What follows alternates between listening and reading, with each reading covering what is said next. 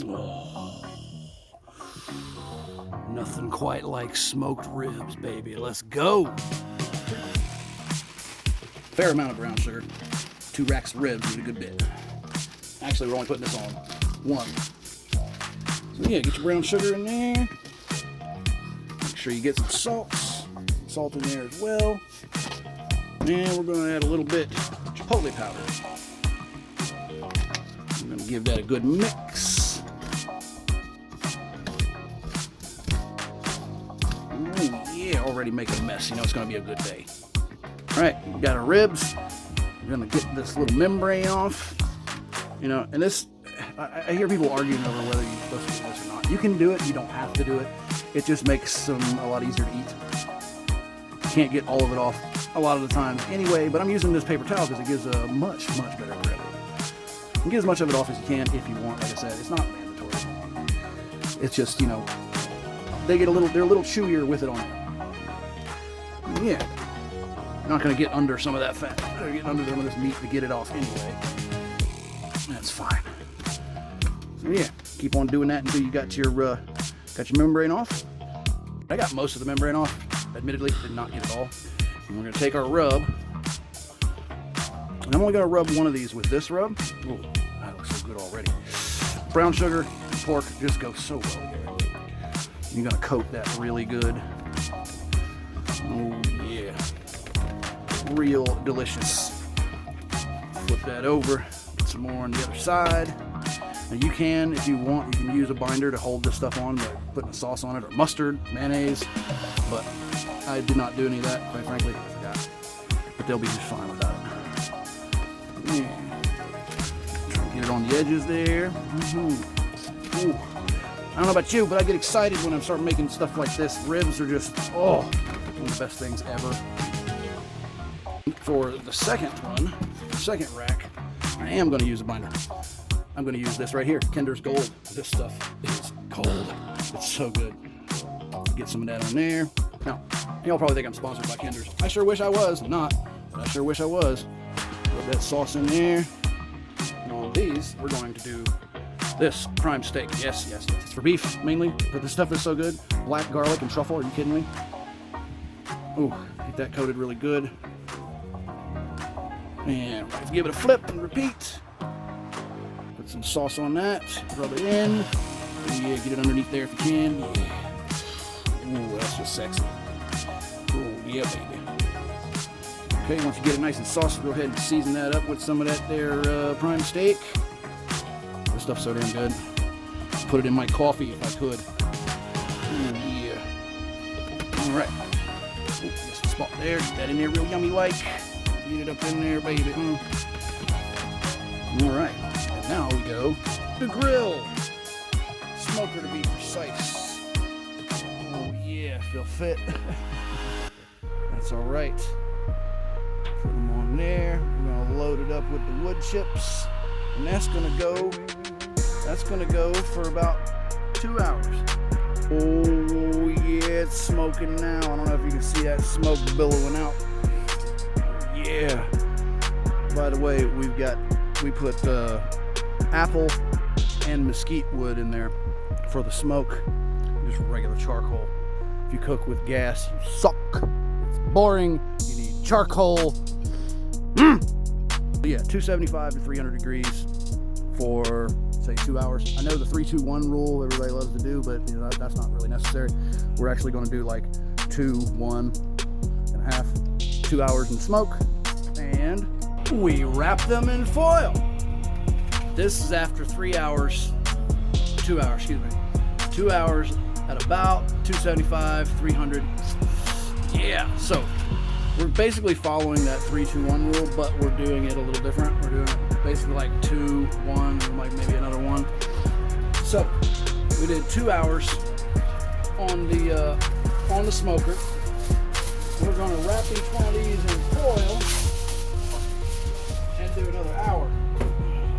Yeah, baby. I swear, you do ribs right. Oh, that flavor. Oh, that flavor. It's a religious experience.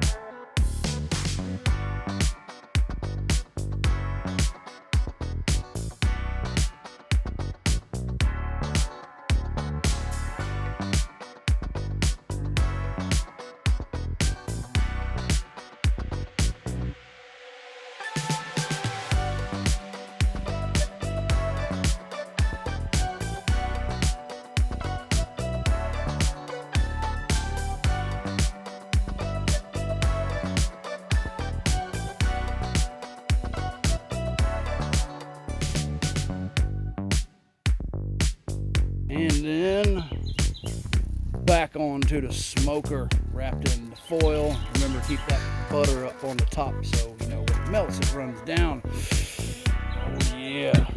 Again, 275 to 300 for an hour.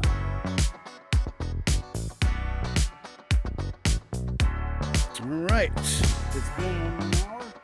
Time to unwrap this deliciousness. Ow! Every time.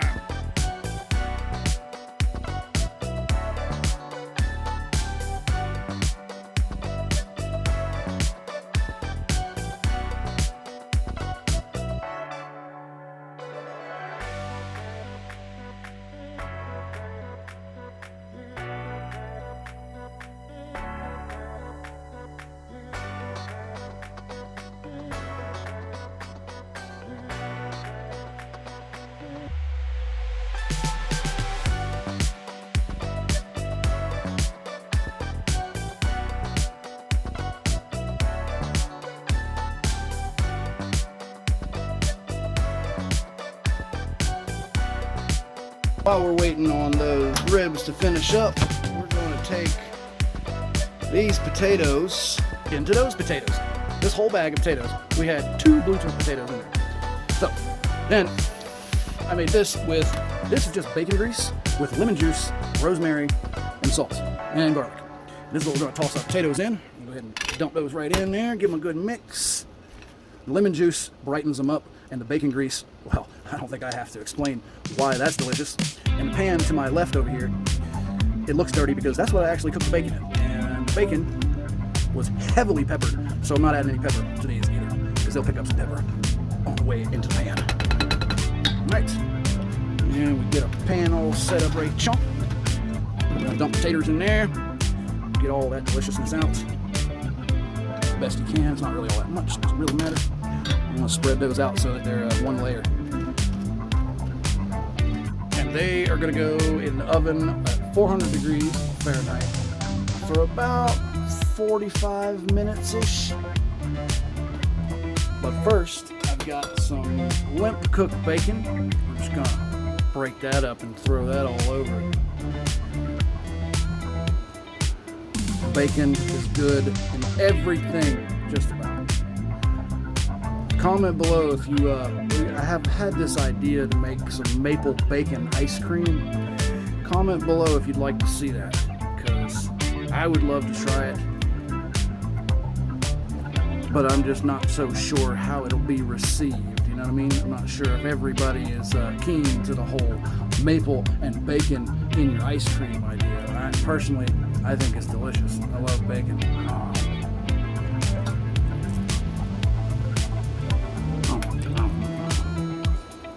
All right, 400 degrees, 45 minutes. And at long last, after 18 years on the grill, there we have it. All we're gonna do now is add some more sauce to them, baby. Oh yeah. Ooh. And there we have it. Our rosemary, bacon grease, and lemon garlic potatoes. Totally missing something. I wonder what it could be missing. Oh yeah, maybe some baked beans, baby. Oh yeah. I'm telling you, about to have a bad case of the itis. Comment below, what is this meal missing?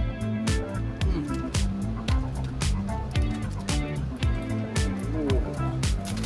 just gonna give these potatoes a little extra sprinkling of rosemary as a final touch.